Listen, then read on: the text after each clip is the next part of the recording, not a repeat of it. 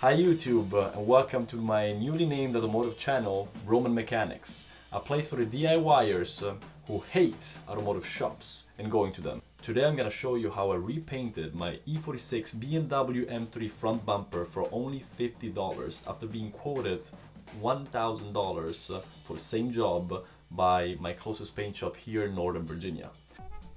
I started with sanding with 120 grit sandpaper the worst spots with the bumper still on the car to have some support from the pressure that I was applying with the sandpaper.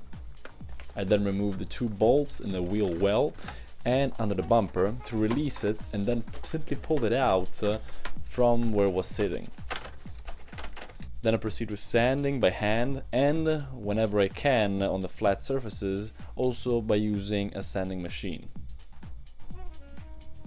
Once satisfied, I applied 3 coats of primer, and between one and the other I use 400 grit sanding to flatten more and more. Now if you can, always do this in a clean environment, but as you can see in the video, I don't really do what I preach, but I gotta say it worked. Once you're satisfied with the flatness of the primer, you can go ahead with the color. I went with Imola Red, which is the original color, which I ordered online. And after 3 coats of that, when I was happy with the cover, I went ahead with 4 layers of clear coat, which I applied, and then I always waited 2-3 hours between one and the other coat. I'm ready to put the bumper back in now, and you can see that it still has the matte look as I didn't polish it yet, which you see me do here.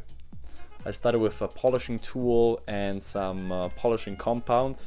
Honestly, I took the first compound I found. I'm not that meticulous as those people at Ammo or whatever.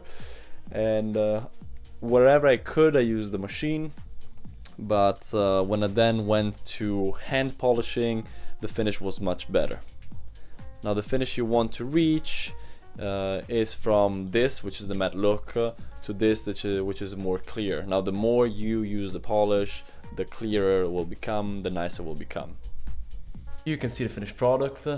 I could give a couple of other layers, but honestly I decided not to for now. And to finish, I also decided to replace the 2 side kidneys that I found on eBay for $40. The original ones are $70, these are aftermarket. I was pretty happy with them, and honestly the results are quite nice. That's all for now, guys. Hope you like it. The next step will be to paint the rear plastic panel of the convertible top.